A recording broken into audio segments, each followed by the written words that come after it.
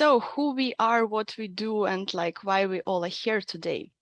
Probably all of you know, but I will just point that ILGA Europe is an umbrella organization that work together with more than 600 organizations across the region, and we have a very strong focus on support to the LGBTI movement in Europe and Central Asia.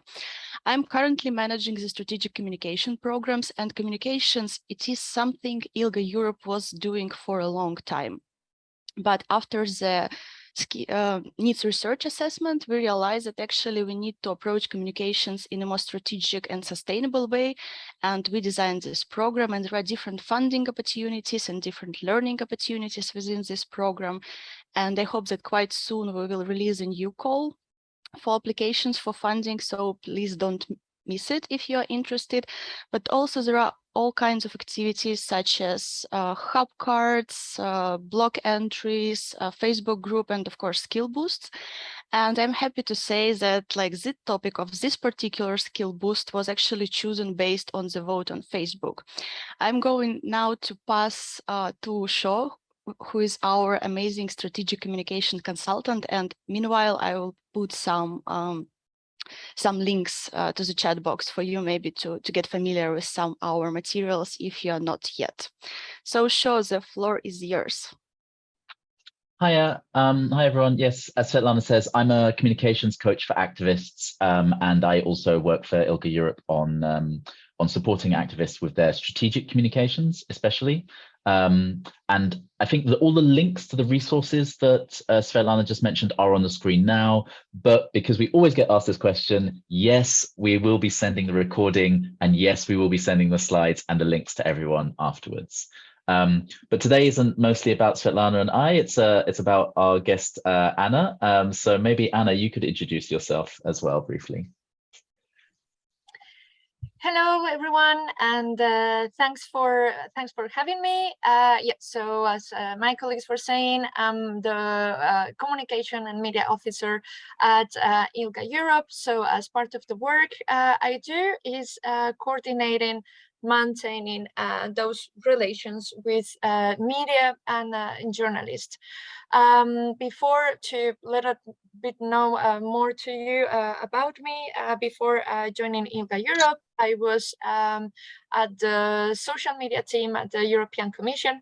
So posting post on I was the person behind the Facebook and Instagram of the European Commission. And before that, while I spent some time living in Peru and in Latin America. I participated and founded some digital projects. And one of them was on the forced sterilizations of women during the 90s. That is La Madre, and another one was a feminist magazine. Always related with digital projects that are related, connected somehow to queer, LGBTI and feminist activism, and in some way with media. So that's a little bit about me. Brilliant, thank you. Perfect person to hear from today. And in case people haven't been to a skills boost before, so on the previous screen, some of the links you can see our skills boost about creating videos during lockdown, or creating graphic design if you have no experience and you need to use free tools. And actually we did one, we didn't call it a skills boost, but we did one right at the beginning of the pandemic lockdown about how to do crisis communications in an emergency like COVID. But basically, skills boosts are where we try and introduce strategic communications fundamentals, but also focus on a specific topic, a very specific skill that people find interesting. And we also want to give you the opportunity to then have individual advice as well afterwards. So when we're talking about media work, there's lots of different skills involved in media work, like thinking of your messaging, preparing your spokespeople to go on interviews, thinking of proactive news hooks and how to generate news stories where there wasn't one before. Today we're going to focus a bit on the kind of reactive side of media work, and we're going to do that by focusing on a kind of a day in the life of our media officer, Anna.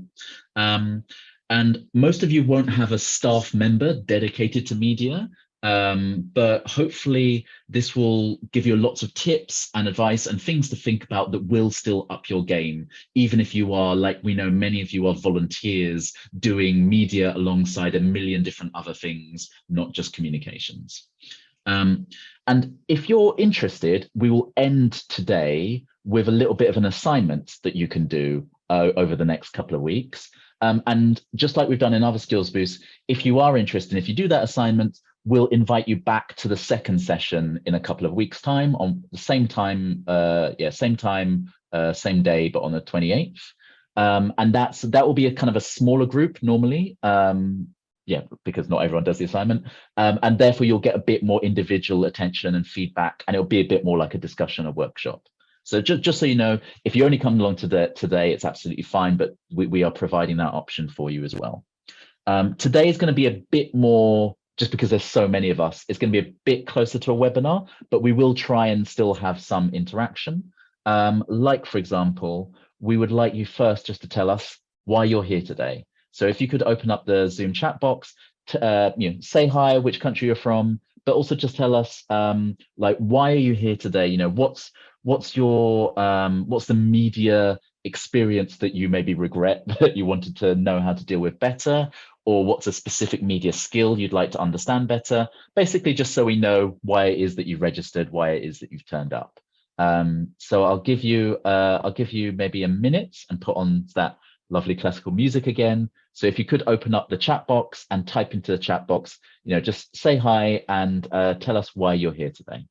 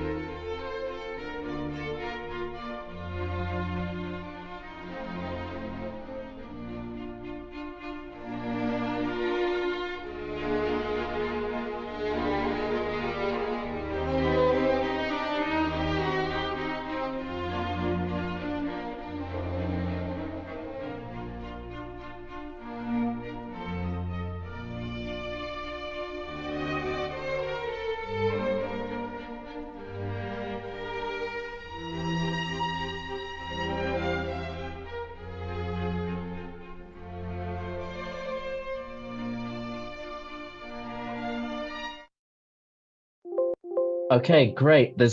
I think there's lots of people still introducing themselves and saying why they're here in the chat. But thank you everyone for doing that. Just to say, there's some people who are talking about a media interview skills. We won't be focusing so much on that today, but those of you who will be coming to I think we can probably reveal this, it's not a secret, right? Those of you who will be coming to the annual conference in Sofia, we will be doing a media interview workshop specifically about doing broadcast media interviews there. It's a topic that's a bit harder to do online remotely, so that's why we're doing that when we can do it physically in person with people. A couple of people have mentioned about social media, and just to set expectations, this is a skills boost about mainstream media relations, so like journalists, TV, newspaper, that kind of thing. Anna will talk a little bit about how social media interacts with that, but this is definitely a skills boost that's primarily focused on mainstream media. Someone else also, was it Lucas, said there's so much going on, knowing how to be timely and effective. Yes, that definitely will be what we'll be covering today, about how to deal with it when it just seems overwhelming. And so that's why the structure of today, brilliant. Okay, there's still more people. Also, we've got people from outside Europe as well, which is also outside Europe and Central Asia, which is also really nice to see. So as I said, we're going to go through this kind of day in the life of a media officer and what maybe tips we can pick up from that. So Anna, like, what do your mornings look like, and what is maybe interesting and relevant for people here to think about how you work with media? Well, let me start by saying that in my mornings, they don't start with me looking like that smart dog, but more like, if we pass to the next slide, like this cat going frantically through the news. So I start my journey by trying to get a sense of what it's going on in the world, in Europe, and in the LGBTI community. So we try, for the organization we are, it's particularly relevant to us to stay on top of EU institutions related news, to the news related to the LGBTI community, and finally, but that comes after, to where we've been mentioned across the media. So of course you could spend a whole day just reading the news and scrolling Twitter, even if you already have your scope of what you want to know. So in order, instead of a full day, instead of to make it from between 20 to 1 hour, maybe it's all about targeting and narrowing it down. We can go to the next slide.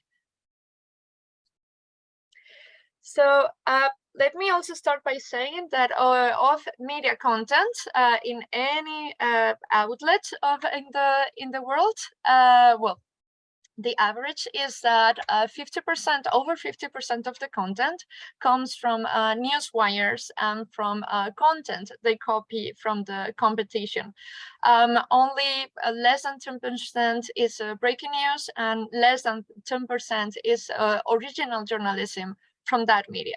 So that only to show that you don't need to read everything. You just need to follow the right outlets. And right here means whatever works for you and for your organization objectives. In our case, as we were saying before, it's particularly relevant that we know what is going on around EU institutions and in political news in Europe and Central Asia.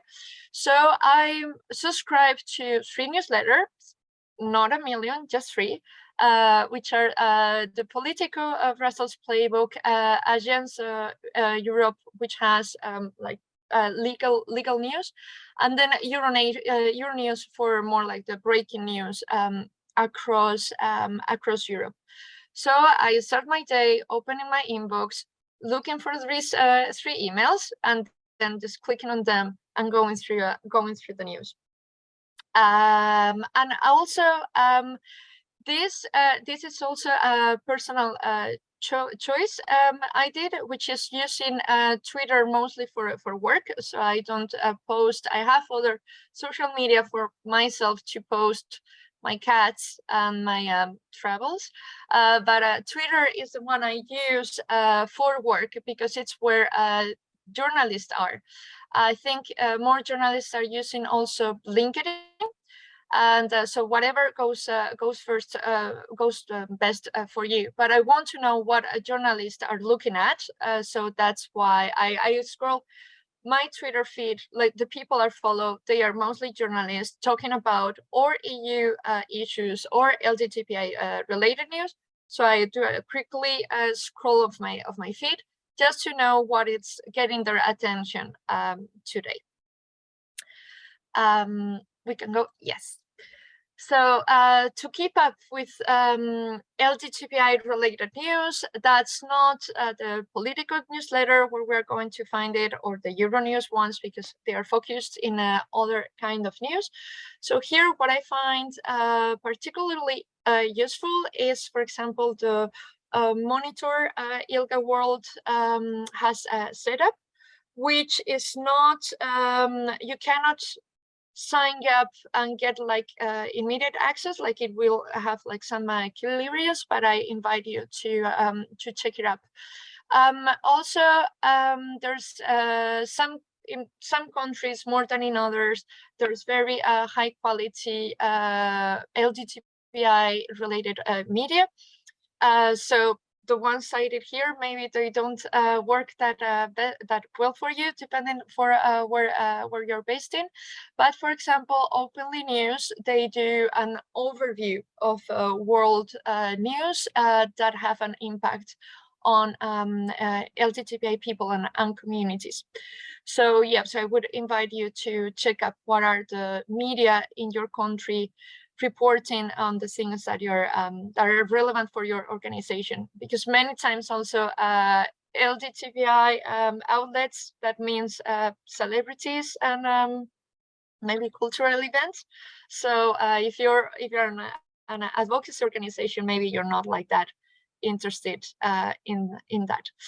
And also, finally, we use a tool, a software called Meltwater, that it's paid, but there are some free options, like, for example, Google Alerts, where you set keywords, and whenever there's a news coming, breaking the news on the keyword that you've set, you will receive a notification on your inbox. And to say like how to show a bit like how targeted this can go, I've just shared here like how actually like our alert looks like when to get to us to stay on top of LGBTI related news.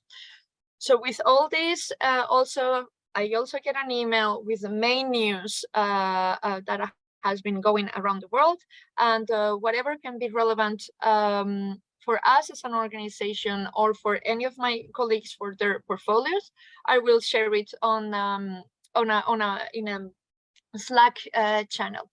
I know that other organizations, they do like a morning bulletin, so just like a digest of what is relevant today. We use that Slack channel that is a bit more relaxed, so to say, like it doesn't have like a format and comes out at a specific time. It's more interactive. Also, colleagues share the relevant news we see around the place. So that's a way to do it. Yep, so next slide. So the last thing we monitor after daily news, LGBTI related news, it's are we being mentioned anywhere? Are they saying anything about us? For this, we also have targeted alerts. And also, whenever we've published a press release or we've put out a publication, I also follow up on how is that being picked by media, and what is from the story we're telling, what is the story media is making up. So actually, I must say, usually, like there's it's not in my day-to-day that we have a major tragedy because there's a media saying ILGA Europe has said something very bad that we haven't said at all. Actually, most of the times corrections are on typos on our name. Like instead of saying ILGA Europe, we become IGLA, or we just become ILGA World. Like the confusion between ILGA Europe, ILGA World is a very frequent one, and it's not as a rare one. It's fine, but it's still, if it's relevant media and it's easy to find the contact, it literally takes me 1 minute to send a tweet just to ask for a correction. And it's worth it, especially if it's big media and it's media that is going to talk about you in the future, because then you do it one time and then you don't usually you don't have it to do it anymore. So here there are two examples of tweets I sent to people after spotting a typo or a mistake. So in the first one, it was just to Pink News. Hello, I've just read your article. Thanks a lot for your work. That's something people usually like to read. However, we are mentioned as ILGA and not as ILGA Europe. Would it be possible to amend it? Thanks a lot. And then 3 minutes after, journalist answers, "Hi Anna, good, thanks. I hope you're too. And of course, no problem at all. I will amend it that for you now. Thanks for letting me know." This is the usual answer. Takes 3 minutes, saves you a lot of typos all around the place for the years to come. And the second example, this was more a bit more sensitive, because they actually said that we've said something that we haven't said, and it was around some political news, so it was more risky, so to say, than just having a typo on our name. Unfortunately, I couldn't find the name of the journalist, so I just tweet to the general Out magazine account, and they never got back to us. But at the same time, there was also like no backlash, because it was very easy to check to see that it was actually not us who had said that it was someone else. So again, this is also to show that there are typos, there are mistakes that are all around the media, but that usually, it hurts a bit and it puts you a bit in a tension mood, but usually there's no backlash. It's completely fine.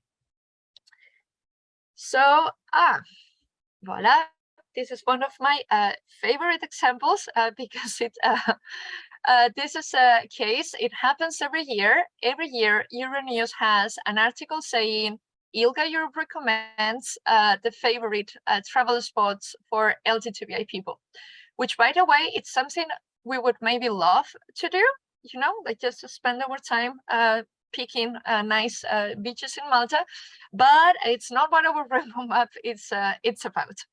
So yeah, if you just can click. There's always this paragraph saying the annual report where ILGA Europe rates European countries by their commitment to LGBTI rights. All good until then, showing the best hotspots for queer holiday makers. Well, this is this is what our rainbow map actually doesn't do. And if we go to the next slide.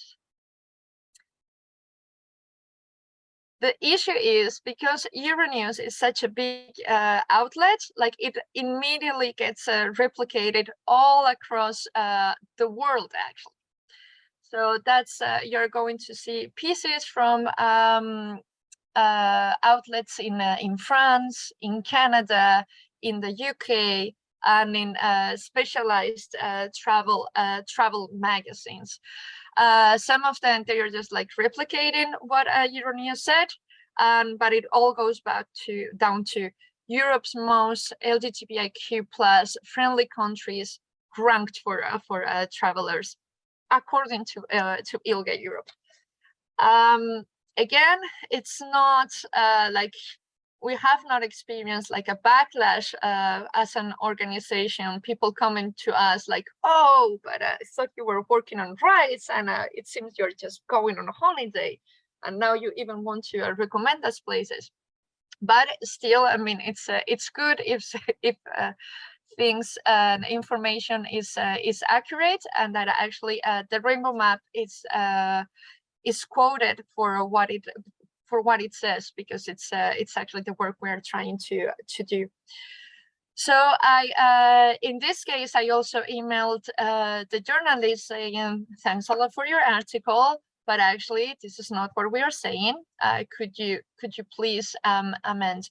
So they just did like this small correction, but that actually made the difference, saying they are not reported by ILGA Europe rates European countries, but they're coming up for LGBTI rights. We Euronews identify the best hotspots for queer holiday makers.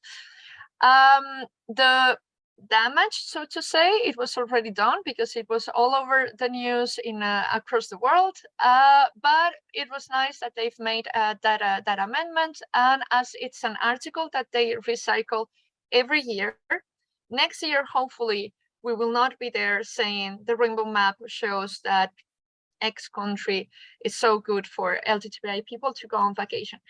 And as silver lining of out of this is that, for example, The Guardian this year, they did a very similar article on where to travel if you're an LGBTI person. And as a side note, they also mentioned our rainbow map for its ranking and for its benchmarking of LGBTI rights. So that's it's not only that that's completely fine for us, it's actually pretty great, because then we are getting to say our message there where it was not expected that our message was going to find a place. So you are a reader calmly reading where you could go, trying to get recommendations, or where you could go on holiday, and voila, all of a sudden you've also learned that there's this benchmarking tool about LGBTI rights in Europe that ILGA Europe does. So that's a good thing to happen. So next slide. So what I've just talked about is how we try to shape the story, and how we try to, when from the message we put out to the media, from a press release, to actually follow up. Is the story we were trying to say, is that the story that media is picking up? And now I'm going to show you, to share with you a case of trying to shape the narrative, which goes beyond one story, but more to a broader situation. So it's been for a while now that, and it was especially there last year, that all across media in Europe, they were speaking about rainbow divide, east-west divide, iron curtain divide, regarding LGBTI rights. And this was a narrative we were trying to counter on, because we thought it could do more damage than good. So actually Euronews got in touch a year ago saying we are working on an article on this, on the East-West divide. They talked to my colleague Catherine, and actually the quote is much longer. And as you see, actually Catherine is saying, in general, we should be careful in drawing up those lines, because the picture is always much complex. And then in the article, she actually elaborates on why this narrative can be dangerous, and why it's also actually not accurate. But still, Euronews went with a headline saying Europe's East-West divide on gay marriage. So this was 2021, and in if you can click, sure.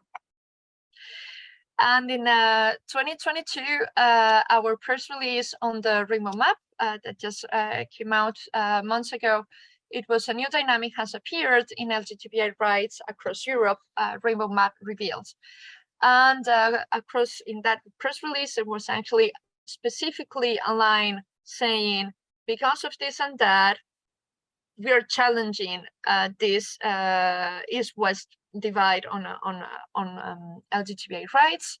And fortunately, if we click again, there were some media picking on that, and Emerging Europe, they made the choice of putting their headline, "New report counters narrative of West LGTB plus rights divide." So yeah, so this is an example of how to challenge a narrative. Again, this doesn't mean that it's over. Still, so many people are speaking about East-West divide, because it's a simple notion. It's something that we can all understand, instead of going through the nuances of LGBTI rights. But in general, a general advice would be, if you're trying to do this, do it a lot. So repeat the same thing again and then again and again, and also everywhere. So for example, like, that was not our main message with the Rainbow Map press release. It was not the rainbow divide has ended, but we still like managed to repeat it somewhere. So it's more about like repeating it here and there until people start to picking up on the message.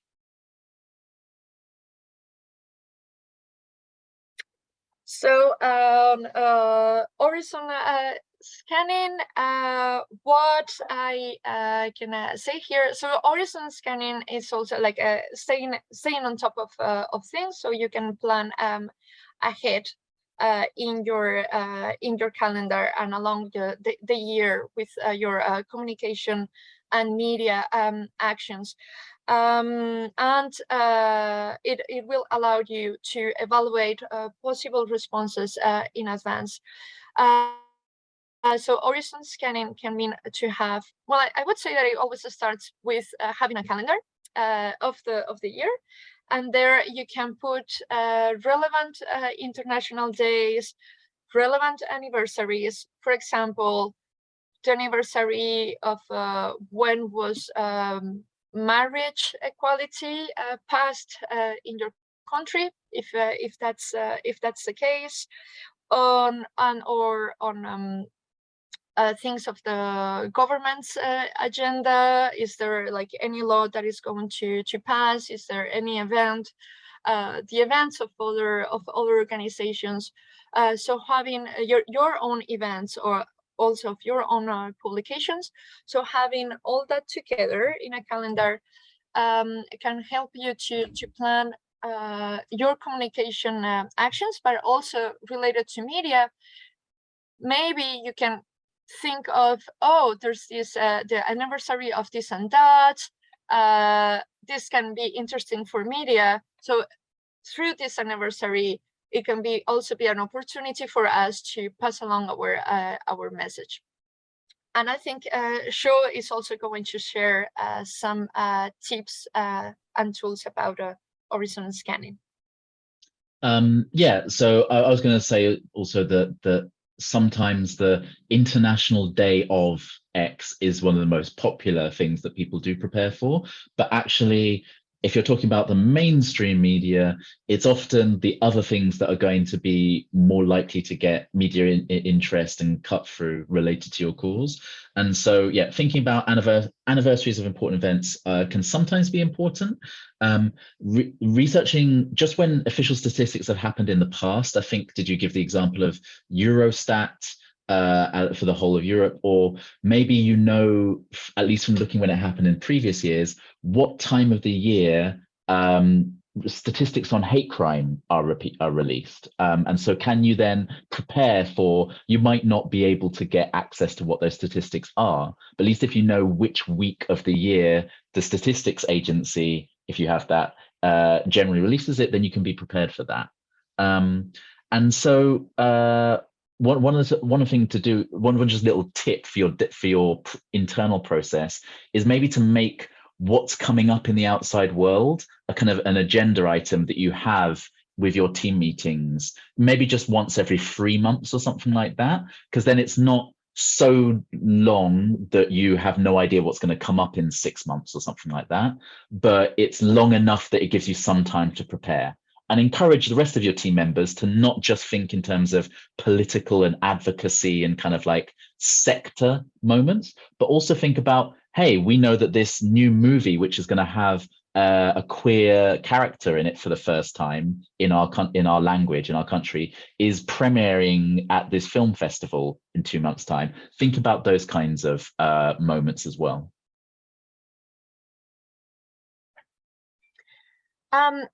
Just also to add to that, something that media is going to be very interested about is anything that has numbers. So if you have a publication showing X percentage of LGBTI people is going through this, that's something that they are going to be extremely interested about. But also, as Shu was saying, if there are numbers for, like the Eurobarometer of anything, and you can give your own interpretation to it, media is going to be interested as well. And if you think that, or if you sense that maybe they're not like that, going to be that interested, you can also try to sell that as an exclusive. Meaning, like, so making a content exclusive, it's not like they are the only ones allowed to publish it. It's just you're giving to them that in advance. So they are the first ones to get it. So let's say there's a Eurobarometer coming out, you have a good angle to it, or you have like gone through it and there's like a specific data that comes out that it's relevant for your organization, and that media could be interested, potentially interested in reporting about. You can even add to that and say, well, and by the way, we will make this exclusive, so you're the only ones receiving this on Monday, and we will share with everyone else hours later or the next day. Well, just a tip. So going through journalist relations. So journalist relations, it's everything. It's something that goes a long time and that doesn't usually have an immediate outcome. So journalist relations, it's not sending a press release, it's not calling someone to, oh, please report on this, we have this and that. Journalist relations is something more soft, and that it gets built over time, and for which immediate results or results altogether, concrete results, it's going to be difficult to measure and to plan in advance. It really depends also from country to country and how like the media and journalist scenario looks there. But a place where you're going to find journalists is definitely Twitter. And it can just go from engaging with them by just like liking their content to actually talking to them on publicly or on or via DMs. It can just be, oh, I've just loved your article, thanks for that, or going through a conversation or asking for some aspects. It can also be whatever they publish, it can also be opportunities for you to introduce yourselves, like, oh, I've seen that you're reporting on this and that community. By the way, I work at this organization. If you ever need anything from us, here we are. But honestly, I think that just staying there, staying on the loop, the fact that they see your name every now and then, that means that whenever they have to do reporting and they can have to think, oh, okay, I'm writing about LGBTI rights experts, and they've seen your name a bunch of times, there's a chance that actually that's the name that will come up whenever they have to do reporting. It can also mean to go to where journalists are but in real life events. So for example, here in Brussels, there's a lot of things from EU events to stakeholders events to their own media events. It can also mean like to stay aware when you're speaking to your own friends, etc., and those friends speak about their journalist friends, then just ask more questions, like to know, and maybe then like ask for the contact of that friend of your friend, and establish a relation from there. I just want to share an example of what this can mean, and what outcome it can have.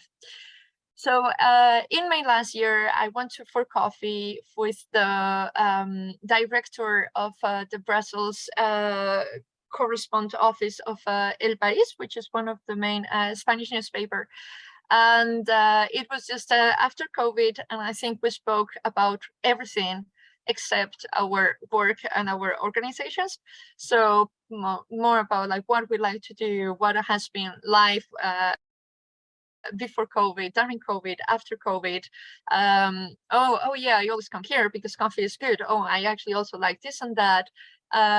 Are we missing home? Are we not missing home? So a lot of things. It was just like getting to know each other, and of course we knew why we were there. It was not by coincidence. Like I wanted to for him to know our organization, but I didn't like bring anything like, oh, by the way, it should be good if you cover this and that because it's important for us. It was just really like a super nice conversation about everything else, and we also said goodbye, like just well, all the best with the months ahead, and like no promises, and no follow up. A month later, in June, if you just click, I received a WhatsApp message from his colleague who got my number because we went for coffee together, just saying, hey, Anna, I could use a quick reaction on a European tone about the law that Hungary has just passed, banning LGBTI related content in schools and TV programs for minors. And then some days later, after this, we had a long read in El País. Not only, so they did like a big deep in the situation in Hungary and Poland. And this meant not only having our name there and our position there, because we also supported them in getting contacting with the right people. So we got them connected with organizations in Hungary and Poland, who also supporting them in finding people who wanted to share their personal stories. So again, so in just 2 months' time from having coffee and talking about everything and nothing, and not saying like, oh, let's already like plan for something. A month later, there was something happening, and the people who thought about it was about us, and we supported that story, which was really nice that they took. It was not just an article; it was a full reportage. They also traveled there, and also to have supported them, not just with one quote where it's ILGA Europe calls for this and that, but also supporting them like all along the process, helping them like to understand what the law means, connecting them with organizations, connecting them with available activists and individual people who just wanted to share their story. So voila, it's worth it to spend time having coffee with people sometimes. Brilliant. Thank you, Anna. I think we've got a question in as well, right, Svetlana? Yes, we got actually 2 questions, and I think I'm going to give one to Anna and one to you.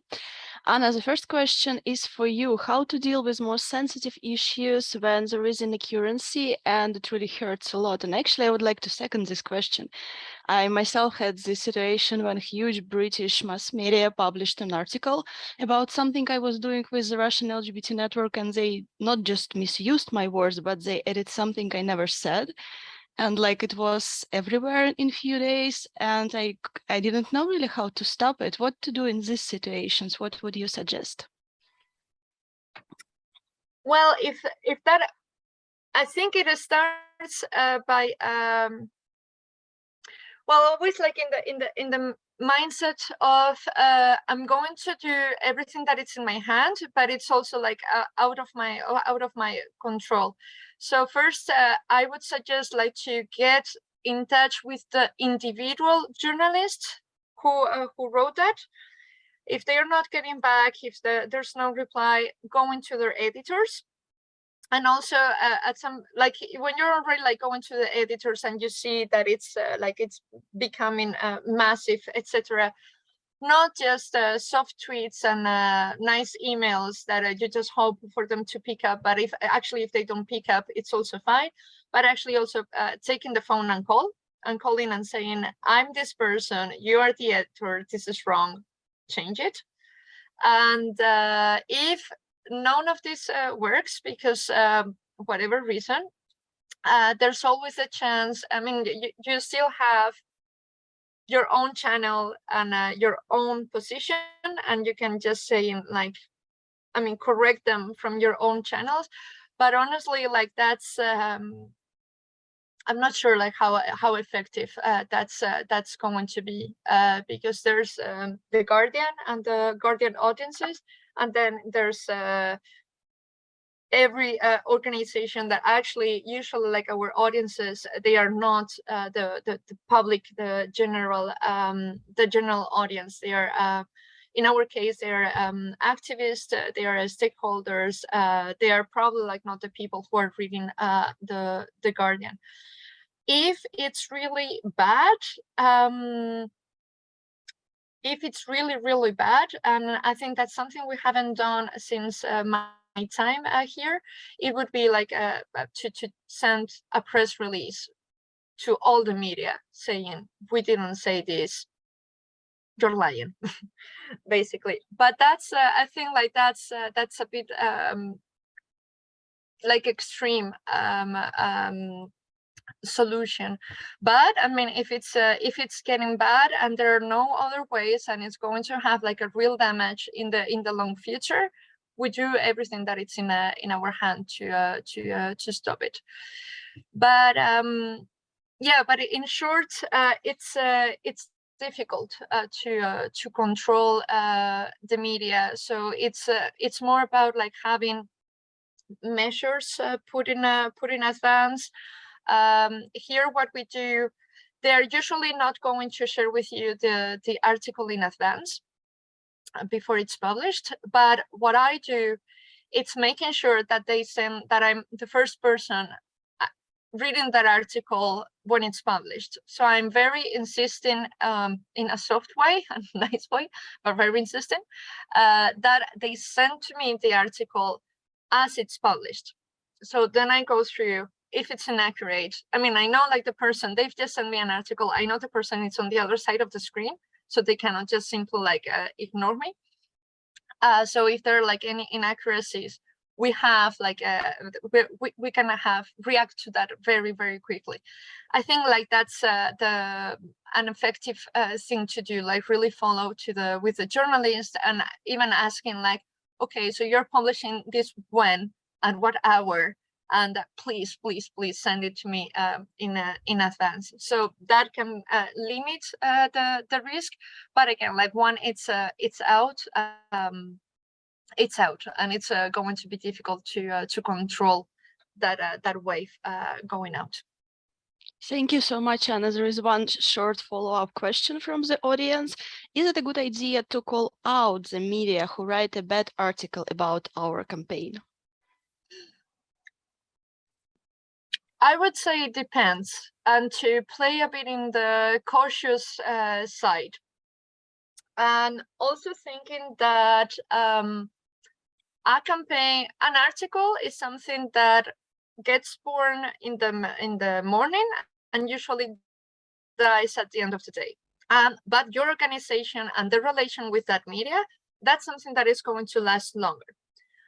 A campaign, it has like a longer life, but again, like your campaign will get born in 1 month and die at the end of the month, but your organization is also going to last longer. So keeping that in mind and making the balance with, okay, this is an article that is damaging our campaign, it's actually inaccurate, it's really bad, but what do we get in the long term by calling them out, etc. Also, like, where is this coming from? Is it really a mistake? Was it done in bad faith? Is it also like, do you also want to invest time, because it's going to take time in thinking how to react, etc., or time that you're going to put there instead of putting it in other things? And again, maybe if it's just an article that you see that no other media is speaking, that at the end of the day it will be kind of gone, then to take that maybe with caution, maybe. Thank you, Anna. Sure. Quick question for you. At some point, Anna was talking about the tools to help to keep up with LGBTI-related news, and there was a question if there is anything like that in Italian or in other languages. What would you suggest?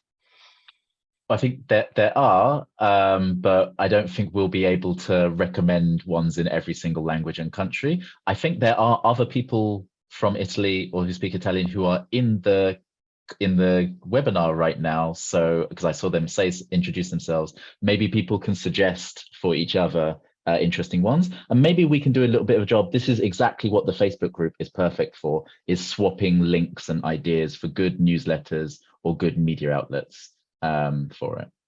Yeah, so someone's already just put in, Matei's put in gay.it. I think actually we know some people who work on that with ILGA Europe, right?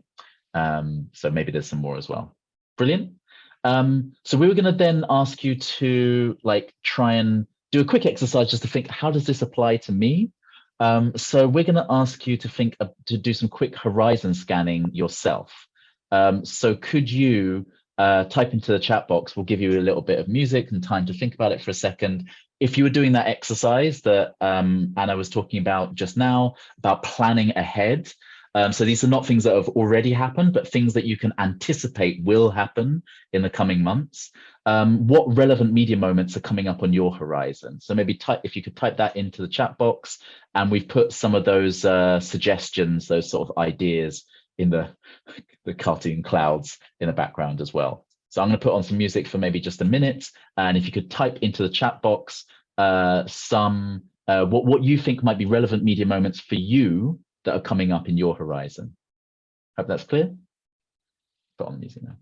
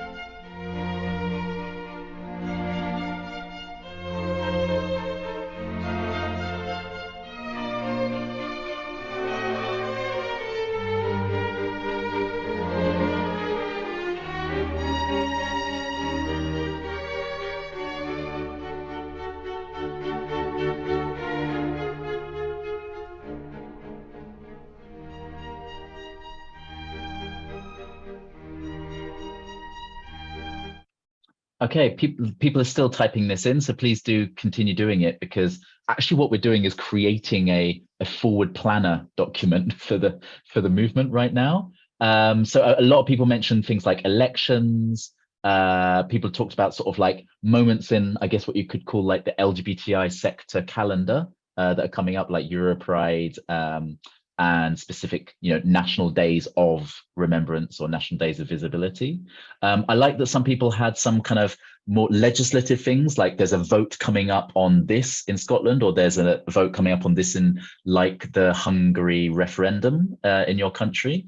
I like that some people put in some cultural moments as well, like the Men's World Cup in Qatar that's coming up. Some really interesting. Also like that there's some ones that aren't sort of like immediately in the LGBTI sector, but are relevant to us and that we could work on intersectionally. Like someone's mentioned about a National Truth and Reconciliation Day for the First Nations peoples in Canada. I mean, that's really interesting, like thinking horizontally across the progressive movement as well. Loads more have been typed in now. Brilliant. All right, thank you for those. It's actually an idea that maybe we could even collate some of these. It's something that we've seen. There's some places, like for example, if you're in the UK and I think Germany as well, there are organizations that make their own forward planner for progressive organizations only. I know Neon do that in the UK. And then if you're a progressive organization, you can sign up to it for free. And then so you see what their forward planner is, and they sometimes have information that's not publicly available. Okay, so we've heard about what your sort of like regular routine is to sort of like prepare for, monitor, and kind of respond to things coming at you in the morning. So Anna, what about when something unexpected comes up and you're looking as cool as your cat photo that you've put in there? So this is an example of a sort of like a reactive sort of a media story that happened to you last year, right? Do you want to maybe explain a little bit about what happened and what did you have to do in response? Yes, sure, with pleasure. So traveling back to a year ago, so all this started, so we all remember, right? What was the news? It was the UEFA World Cup, and Munich asked to light up the stadium in rainbow colors in support of Hungarian LGBTI people, and UEFA said no, and it was all around the media, so much support, including of this person who decided to jump into the field, and many more. So, but actually for us, the story had started earlier, because it was on June 15 that Hungary had passed a law banning LGBTI-related content in schools and kids' television. And which is something, of course, that we were very concerned about, and we were trying to do some action and to raise awareness and to push EU institutions to speak up and to do something about it. Media-wise, on the 17th of June, we published an op-ed on Euronews calling EU representatives to act. On the 18th of June, actually, Euronews published another op-ed from the government minister Zoltán Kovács from Hungary, defending the Hungarian law. And actually, this media, so Euronews, allowed the word that he was using the word pedophiles as a blanket description of what the law is protecting the children from. We were very not happy about this, and about the fact that Euronews first allows us and give us that space, and then they gave the Kovács space, but it's not like that. Like that we see things is not one thing. I mean, there's I already sense that I'm going to get into other issues. So, but let's say that we were not happy about this. Some days later, it's the UEFA situation that starts to come up. On the 21st of June, it's the mayor of Munich that asks UEFA to light the stadium in rainbow colors. The day after, the 22nd, UEFA rejected the request, and then it's when the media does a big fuss about this, including a top headline in a Politico's newsletter that until then they haven't the Hungarian law wasn't in the headline from Politico that week, but the stadium not being light up in rainbow colors that got the headline. And so we started to receive media requests. We decided we wanted to do an op-ed that we pitched to the Guardian, and then there were like more and more requests coming up. At the beginning, our thinking was like, oh wow, so there was like not that many media talking about, well, yeah, they were talking about, that was reported, the Hungarian anti-LGBTI law, but again, like it was reported on the day and then nothing. But about the UEFA, about football, that was continuing. So we were somewhat surprised. And again, like many media requests coming in, we decided some days later to, despite not having received a response from the Guardian, to still continue with an op-ed.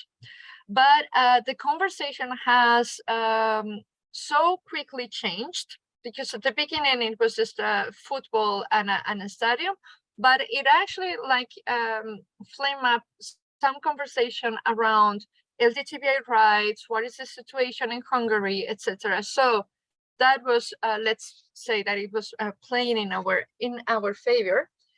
So we changed a little bit our angle, and we pitched it to a media called Social Europe, which accepted. And yeah, you will see after. Basically, our message was using the rainbow flag to symbolize an East-West divide in Europe, risk playing into the hands of authoritarian leaders. So it gave us finally, it gave us a chance to speak about what we wanted to speak about, which is LGBTI rights in Europe and what is happening in Hungary. Also on that month, more before the UEFA situation, we had a joint interview with, along with Elena Dali, EU Commissioner for Equality, that we gave to Reuters on the eve of the anti-LGBTI Hungarian law. Then we did this op-ed also in Euronews that was responded by the op-ed from Kovacs. Then it was Munich's stadium issue, and then we published another op-ed that a bit combined the two situations. So it was a very special moment because of course we had in our agenda June 15, because that was the day of that it was going to be passed, the law in Hungary. What we didn't see coming, it was all the fuss around the UEFA. There had been, the UEFA, I think, he had already allowed the captain, I think it was of the German team. I'm sorry for the football fans for not being that accurate, but they had already like allowed captain to wear a rainbow wrist on the wrist in support of the Hungarian LGBTI community. So there were like some things there, but of course, I mean, as what made sense is to be absolutely totally focused to what was going on in Hungary and not what was going on with football. So in one hand, it was something, the news was something about an event that we knew so much about, but from a specific angle, which is like the political and legislative angle. Then something happened in another area, football, sports, UEFA, lights, and so on, that we didn't know that much about. And that, but actually we were getting like so many requests and requests like to participate and to have an opinion about it. And in the end, we used that situation, that event that we didn't see coming, to actually say what we wanted to say, which was something about we did know about and we had planned a lot for. I sense I said the words about so many times in this in the last minutes, but I hope the story and the case is clear. Of course, I'll be happy to share more details of the journey that was. Here, just to close this section. Here are just like some examples of our participation in media, which is not just written media, or it's not just being quoted in our names or quoted our interviews, publications, or participating via an interview. As I was explaining, sharing before, we also participate by writing op-eds. Op-eds, as I sense, it's a format that had more. It was more all over the place in the past than it's now, maybe, but still, I mean, it has a place. And op-eds for us, it comes from both, or we get an invitation to write an op-ed, or we sense that we have a unique point of view and unique perspective about something that is relevant for society. So, and we propose it to the media that, depending on the event that is happening, we think that it's the best place for this op-ed. And yeah, and it goes in both senses. Sometimes they don't get accepted. Sometimes it's us, the ones who are not interested in doing that. They happen very, very fast. You usually don't get a op-ed request for a week after, but for the day after. And for us, it's the same. If we're proposing something, it's really, really linked to the news, to something that it's breaking news. So it's not an essay that you can reflect a lot about. It's something that it also goes fast. But there are other examples. So, for example, like on the first op-ed, that was something that we proposed to do with Reuters, and they were happy to have us. The second one from Politico, it was Politico who reached us out when Petra de Sutter was appointed. This is a documentary from the BBC in about Poland, LGBTI free zones, that again my colleague Katrin participated on video. And in the, I think there's one more if we click. Yeah, and this is also the Cube program on social media from Euronews that they conducted around the rainbow map. So it was us putting the information out there. They reached us out, and we put them in touch with Slava. And if you watch the video, there's a Slava saying some things. So yeah, so it was just to show that we participate. ILGA Europe is out there in media. in different formats.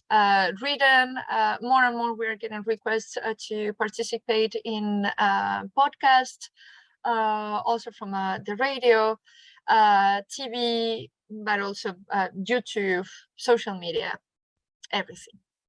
Voilà. Thank you, Anna. I think we do have some more questions, but we might leave them till the end so that we can get through. We can just explain to everyone what happens next. Finally, we just wanted to sort of like try and get you to think through that example that Anna gave and what would you do in a similar situation by giving you a scenario. Actually, this scenario is something that someone already mentioned in their forward planning, the Men's World Cup in Qatar. But so in this scenario that we'd like you to think about, a footballer for your country's men's football team. Sorry if you're going from a country which hasn't qualified for the World Cup, but a footballer for your country's men's football team has posted on his Instagram that he wants to wear a rainbow armband to the World Cup in Qatar in November to protest their anti-LGBTI laws. So he's immediately overwhelmed with criticism online and in the media. Do you respond? Do you respond? If no, why? And if yes, how? So just to explain this scenario again, something that I think is probably has high likelihood of happening, something like this. A footballer for your country's men's football team has posted on his Instagram that he wants to wear a rainbow armband to the World Cup in Qatar that's happening in November to protest their anti-LGBTI laws, and so has been immediately met with a lot of criticism, both online and in the media. Would you respond in the mainstream media? So think about all of the processes and the kind of strategic questions that Anna's been talking about. Think about whether it's right. If you're part of an organization, think about it from the perspective of your organization. And then think about if you think you should respond, think about some of the methods that Anna was talking about. So again, I'm going to put on the music for a few minutes, for maybe just 2 or 3 minutes. And could you type into the chat box, would you as your organization respond in this situation? If no, why? And if yes, how? It'd be quite interesting to compare. So Maria's already answered this question. Brilliant. All right, so I'm going to give everyone a couple of minutes to think about this. And type, please, in the chat box.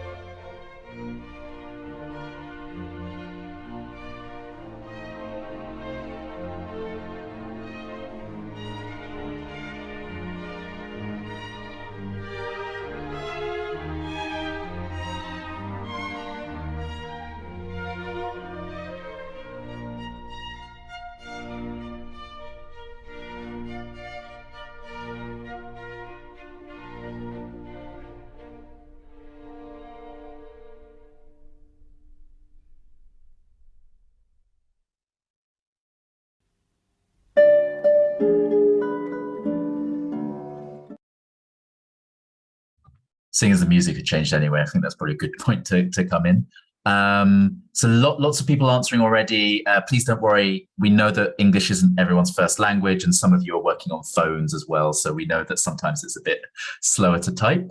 Some really interesting answers. So first, just on the question of would you respond or not, only a couple of you responded to say, maybe no, not our organization wouldn't respond. However, you might talk to other people who would respond. So that's a really interesting, that's a really interesting and sort of like very, I think, like careful, strategic thought about it. I think that's really interesting that you would maybe think about like, are we the right people to respond? And if not, could we work with other people who should be the ones to respond in the media?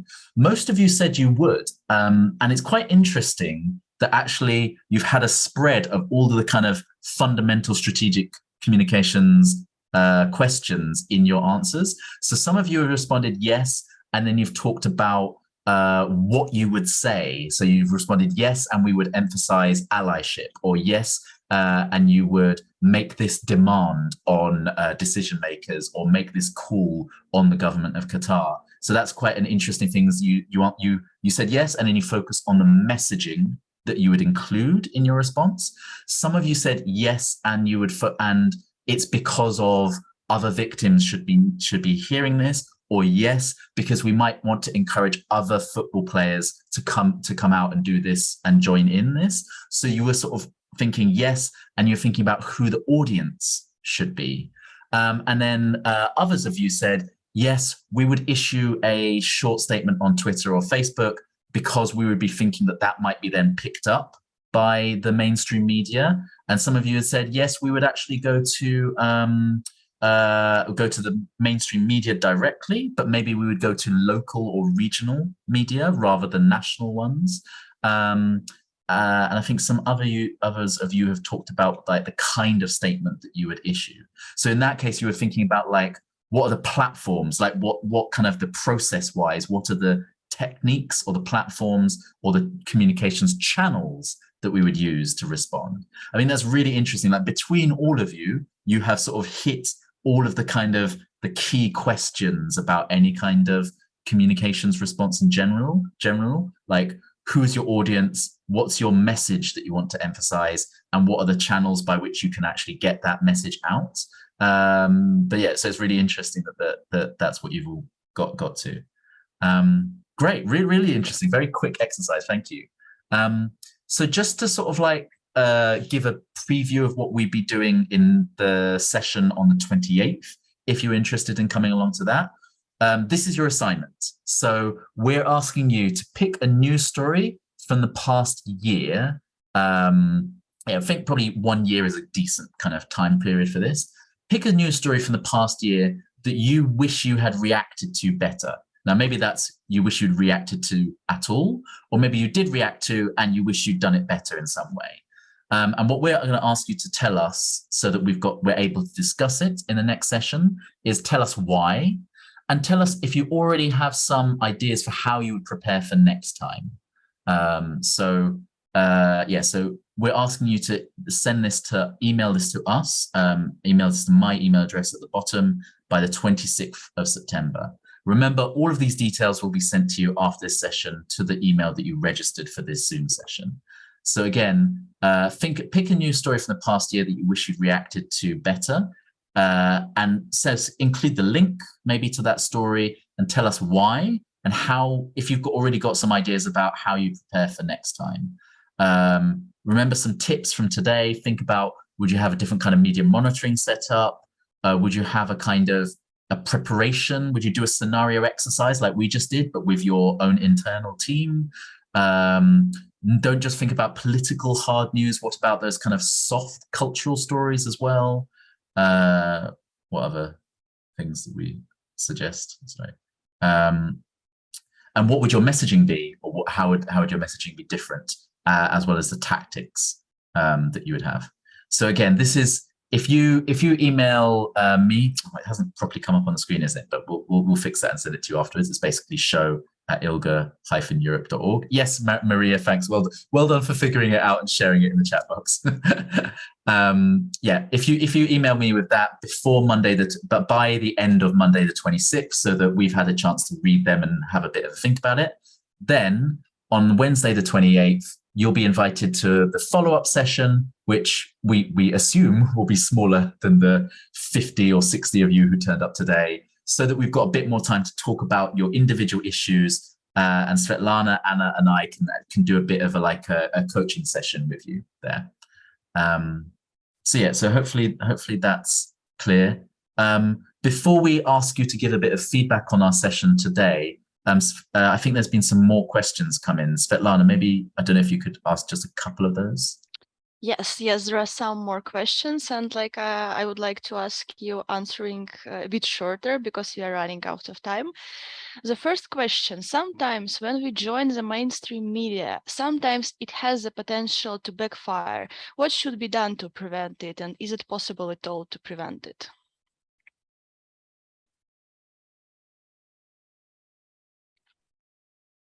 Should I go or sure? Yes, please.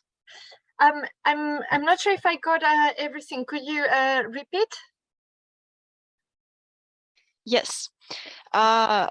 Sometimes when we join the mainstream media, it has the potential to backfire.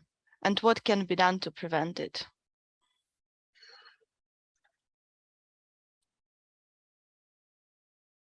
Well, first of all, first before deciding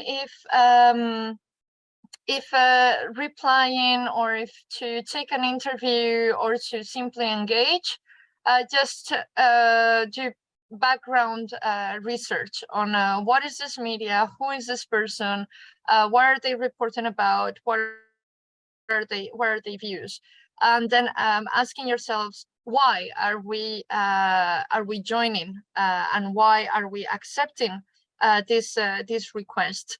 What are we taking out of it?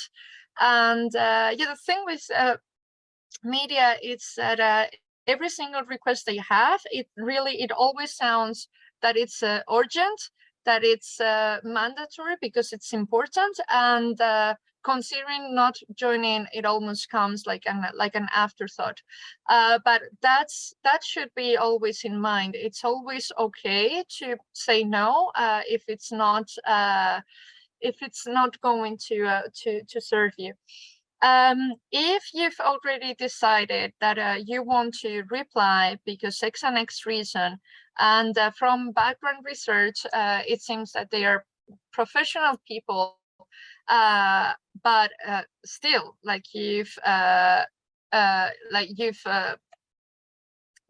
a backlash after that. I think ways it would be more in the sense of preventing it from happening than actually what can be done afterwards. It's going to be much more difficult in the to do something about it afterwards. So ways of controlling it, again, the one that has worked best for me is whenever replying to a journalist request, trying to make sure that I'm the first person reading that.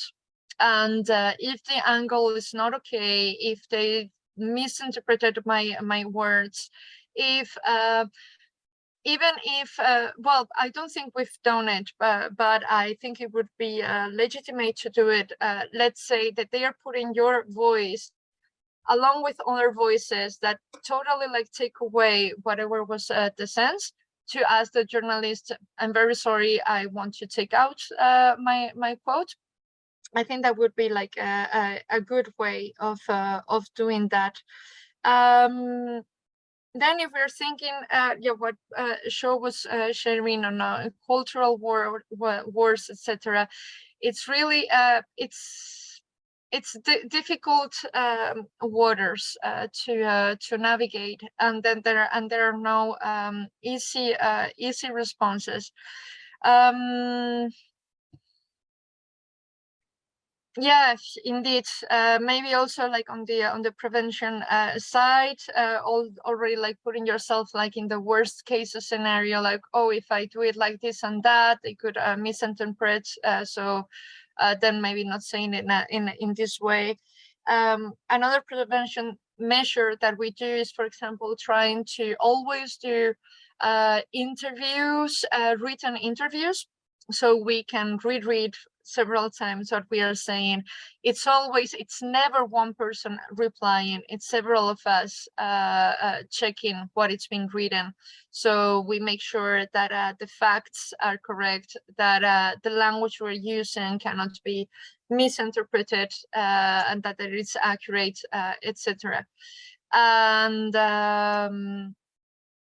yep, honestly, no easy solutions where everything it's already has already exploded, except yeah, again, trying first to get back to the journalist, if not trying to get to the editor, then you can have your own message on your own social media saying this is wrong, what we actually said was this and that, and as a final, very final solution, maybe having a press release on that. But as said, like, this should be like a very last solution. I hope this had helped somehow.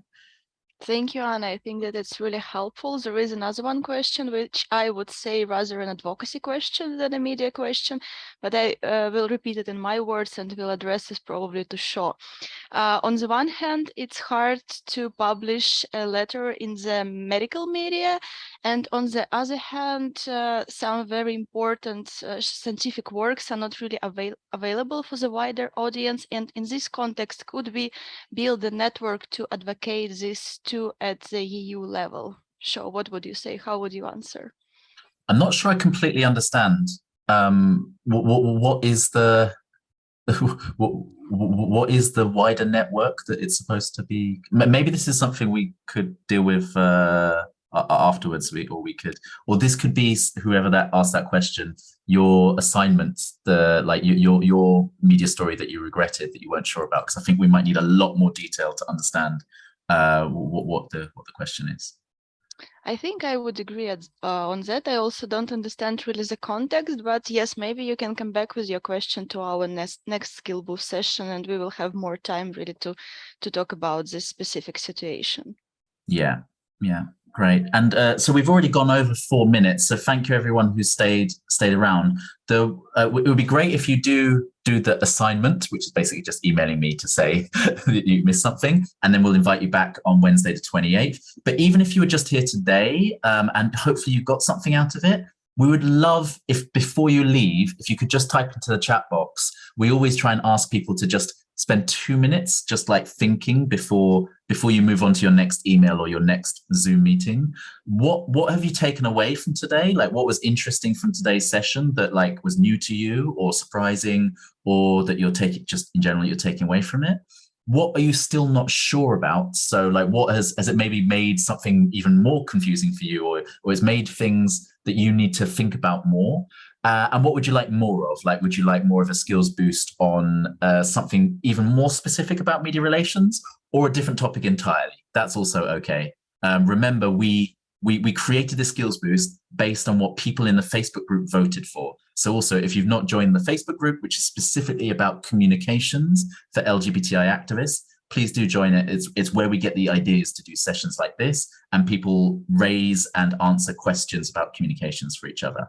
So I think some of you are already saying what your takeaways are, but yeah, it would be great for us if you could type in, and then you're free to go, something you're taking away from today, if there's anything you're still not sure about, and if there's anything you would like more of in terms of more training or more support, communication support.